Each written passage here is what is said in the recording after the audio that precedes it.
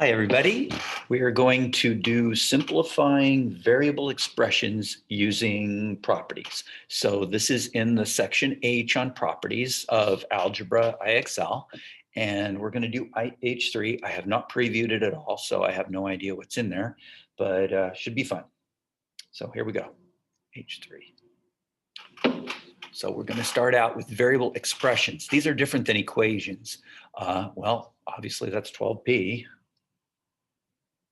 Don't know, and hopefully they'll get a little more interesting than this. Let's see what we got next. 4n.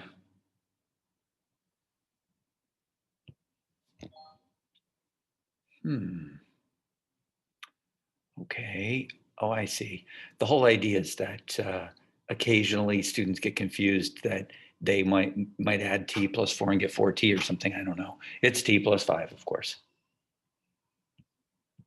Just be careful of your subtractions because you have to spread them out. This one is 9f. I think the idea is that they want you to understand that you could reverse this one using the commutative property of multiplication, but hopefully they'll get a little more interesting soon. 18x. This one's going to go really quick, but that's okay. Doesn't hurt. Simplifying expressions is a good thing to do. U plus 2. It'll be funny if I make an error here. Let's see, it's s plus 7. It would be nice to think in your head what property you're using in this case. In this particular case, you're literally using the reassociative property. That's what I like to call it, rather than associative. And you're associating the 3 and 4 instead of the s and then leaving the s alone. Anyway, there it is. S plus 6. Boy, this is a nice, easy one. Oh, here we go. We have to distribute the negatives, so you're going to get a negative 9. Negative 9. And then it's going to be plus 9z.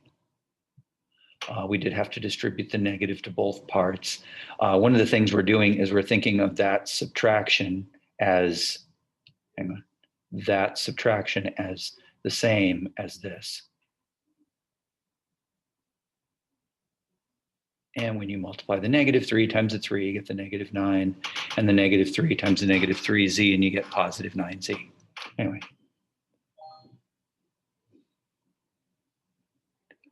Looks like we get 36. Oh, we have a subtraction now. So be careful of the subtractions. You have to include a space. So we've got 36. And we have to put a space and then the minus sign, okay? Don't forget the space. And then a space afterwards. And it looks like it's 16j. There we go. When you're doing subtraction, that if you don't put the spaces, it thinks that you're multiplying by a negative, so be careful.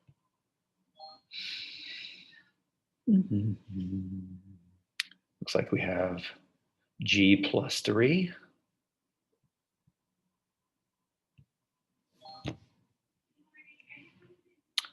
And we get a negative 12q. Let me get rid of my dots here. There we go. Negative 12q.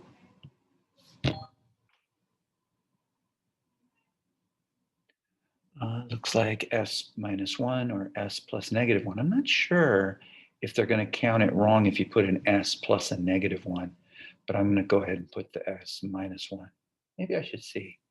I'm going to see what happens if I put a plus a negative 1, which is the same thing. Let's see. Oh, okay. They like it. Okay. This is negative 14w. Minus 8, space minus 8. I could have done plus a negative 8, same thing.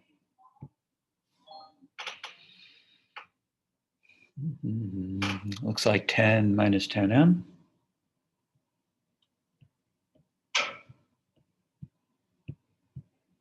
Looks good. And using the distributive property, by the way, it's something that you want to say kind of in your head so that you don't forget which property you're dealing with. This is the distributive property of multiplication over subtraction. That would be the full name. But most books and most textbooks would just say the distributive property. There are different kinds. This one is going to be positive 6p. Looks like I have to put some spaces because I'm going to do a minus 21, aren't I? Let's see, we're adding, so we get b plus 2, or 2 plus b, it doesn't make any difference. I assume they'll count it right either way. Generally, we like to start with the variable first, though. That's negative 6y. Simplifying expressions is an important idea. So this is a nice, easy one. Good practice. C plus 6.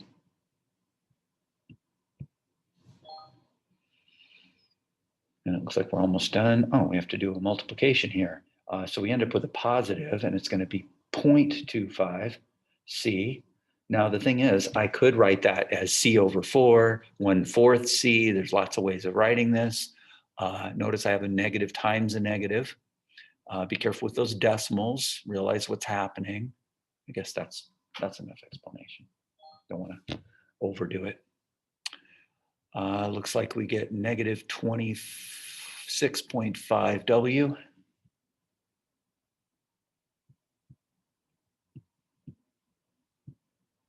Looks good. And you can always do the multiplication on the side if you can't do it in your head, but this one looks pretty easy, 6.9. That's a positive, and then we have a minus now. So I have to space it out. Now 2.3x. Oh, dang. That would have been a problem. 2.3x. There it is. Looks good. Almost done. We have a 0.8x plus 1.6.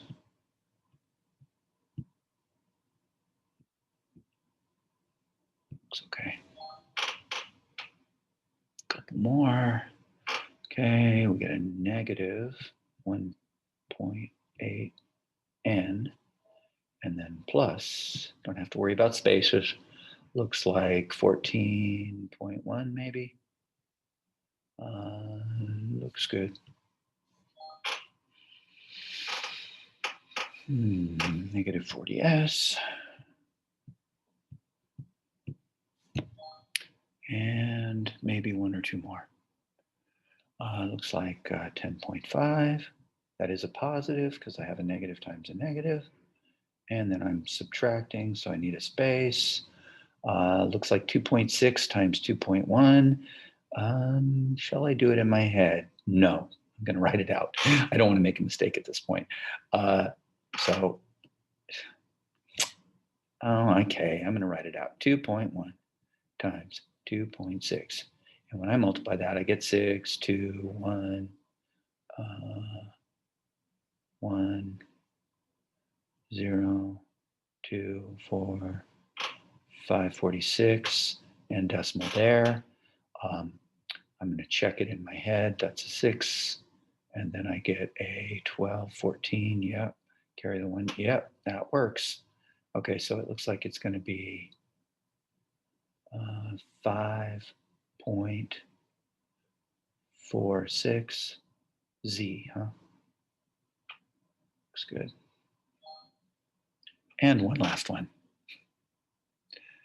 And I'm definitely going to do this one in my head. It looks like we're going to get a negative 1.92. Oh, negative, I said.